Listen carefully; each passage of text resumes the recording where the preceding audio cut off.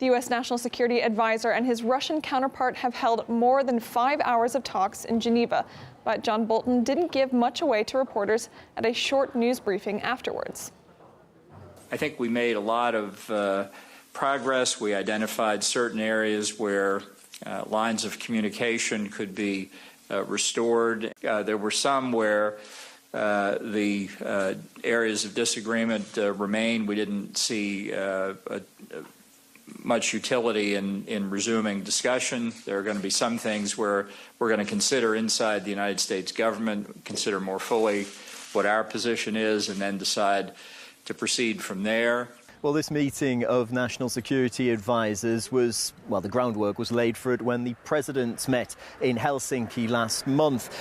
Today they covered the whole range of pretty much what had been touched upon in Helsinki. They talked about nuclear non-proliferation, they talked about cyber attacks, they talked about the situation in Syria, in Afghanistan and in Ukraine as well. This meeting, of course, comes when relations between Moscow and Washington are at a particularly low ebb, with sanctions from the United States against Russia looming over the poisoning of Sergei Skripal in the United Kingdom earlier this year. Russia denies any role in the attempt on Mr. Skripal's life. When it came to the Iranian sanctions and the Iran nuclear deal, John Bolton unequivocal. He was saying that there will be sanctions put in place against Iran and those doing business with Iran, and that these sanctions are coming in November. And that the Russian side didn't ask for any exemptions during the meeting today, and that the US side aren't expecting to give many exemptions at all. They also talked about Iranian troops in Syria. Mr. Bolton saying that he wanted to see both, as he put it, regular and irregular Iranian troops removed from Syria, pulled back from Syria. The Russian side going into this had already said that they were in support of this, but that this wasn't something that was going to be happening immediately. As with any of these meetings, when it comes to senior figures within the Trump White House and within the Trump administration, there were questions about Russian meddling. And this time, well, it was no different. Whether you're ever concerned that your own president is a security risk? Of course not. I mean, that's a silly question. I just spoke to him literally a few minutes ago, and we have performed here in exactly the way I think the two leaders would have expected us to. And, honestly, have a little faith in the American people who elected him president. Thank you very much. We waited hours and hours for Mr. Bolton to come and speak to us. It was very short, not so sweet at the end there, following that question from my colleague from the BBC. It's worth noting that after that, one of Mr. Bolton's staff came along, pulled her to one side and told her that, her question was ridiculous and that they wouldn't be working with their organisation in the future. That shocked quite a few of the Geneva diplomatic press corps here. But this meeting between the two national security advisors, it didn't result in any major breakthroughs. We weren't really expecting that, but where they agreed, they still agree, and where there's disagreement, well, there's certainly still discord between Washington and Moscow as it stands at the moment. We get live reaction now from former U.S. Congressman Dr. Ron Paul. Welcome to the program. Now, John Bolton there was pretty tight-lipped after the meeting, but what were you able to read into about how the meeting went with what he did put forward?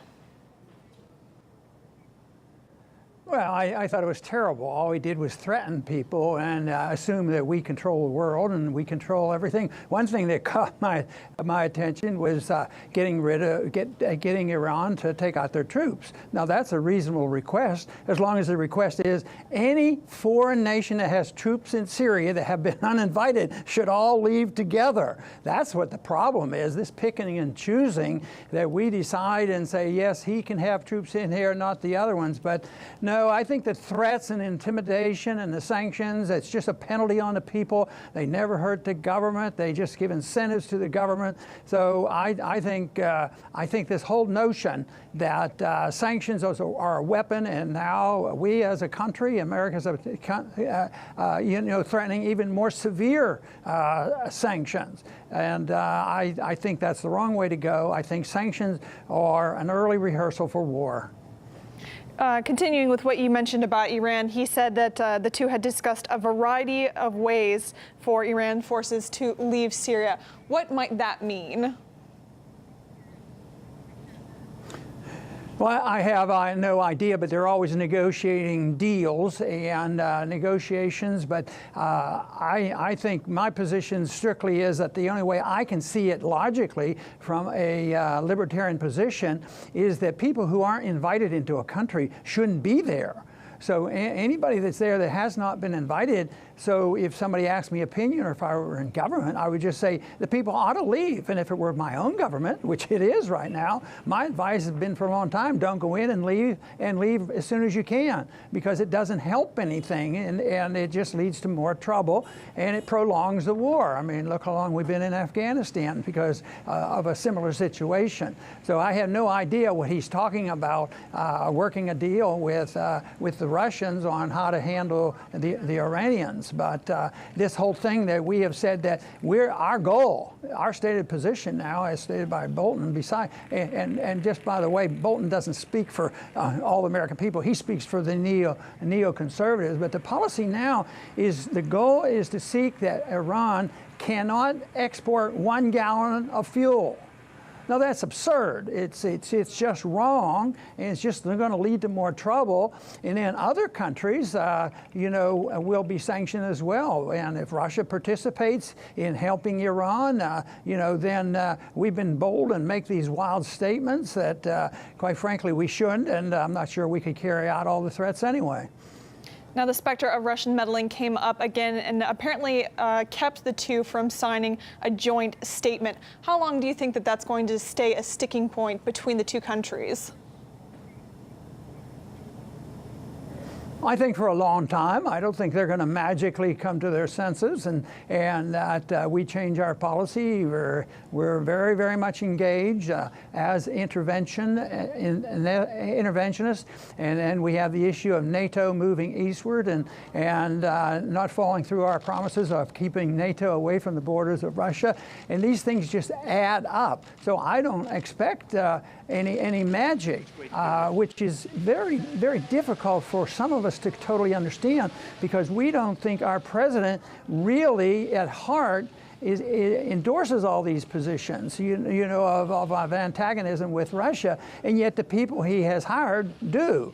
And I think that sort of came up in that discussion that the president and Bolton get along very well, and I guess they do. He hired him. But there's been a lot of us who had always been hopeful because Trump has said things favorably and has worked with Russia in the past, and we'd like to just see more of us here in this country to emphasize that, which means that, yes, it wouldn't be a bad idea for Iran to leave Syria. But I think a good deal would be that America could leave Syria as well and mind our own business. So do you feel like the topic of Russian meddling often overshadows more important topics that should be addressed in these type of meetings? Oh, yeah, I think this whole thing about Russia meddling, I think every country gets involved to some degree about what's happening in other countries. To what degree, I don't know. But I would consider how much we have done, especially since World War II, how many elections we've been involved in, how many coups that we have participated in, including Ukraine. I would say in comparison, this current Russiagate, event going on right now, that is just minuscule as far as I'm concerned. I think people have just blown it way out of proportion, and it's a distraction from some of the more important issues, but it certainly is there. I think it's been really stimulated by our political system here that surprised and shocked everybody that a guy like Trump won and beat the insider and beat the chosen person, that was Clinton.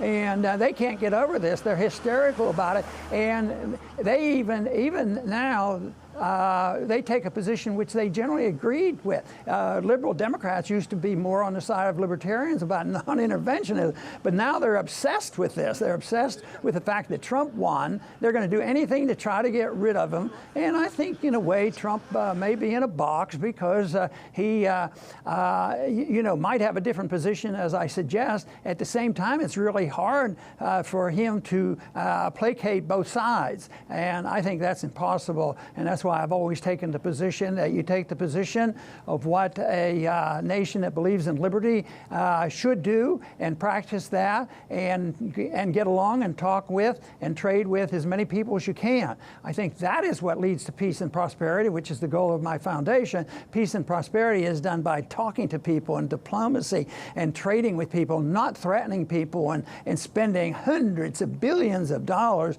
on weapons that we don't even need. And if you compare what we spend and compared to what the rest of the world is spending, we're wasting a lot of money, and someday we're going to have to pay for it, and then I'm going to have my way. We're going to have to back off for financial reasons, just as the Soviet system had to back away because they just couldn't afford it.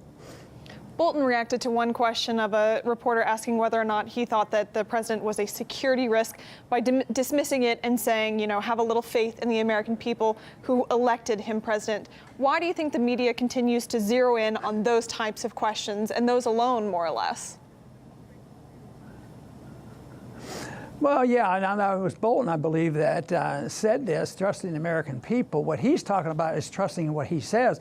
But what the neoconservatives say isn't what the American people voted for. They voted for Trump, who was an independent populist and a non-interventionist to a large degree, and that's why he even got libertarian votes. So that's where the disconnect is. That's where it's real hard to figure out what's happening, what's going on. But this statement by Bolton that the American people know exactly what they want, and he's speaking for the American people.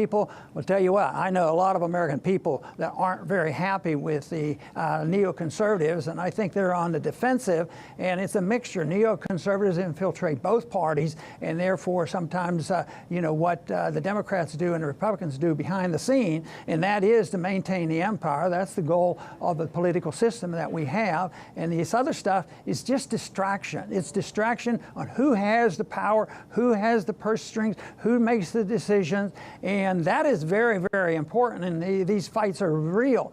But when it comes down to it, they don't have any major disagreement on deficit financing, central banking, and the welfare state, and all these issues. And matter of fact, there's very little discussion, real discussion, on whether or not we should practice interventionism overseas. A few of us called libertarians, we don't believe in interventionism overseas. What we want to do is we want to be engaged overseas, but we want to be engaged in friendly pursuit of commerce. Former U.S. Congressman Dr. Ron Paul, thank you for your time and your comments.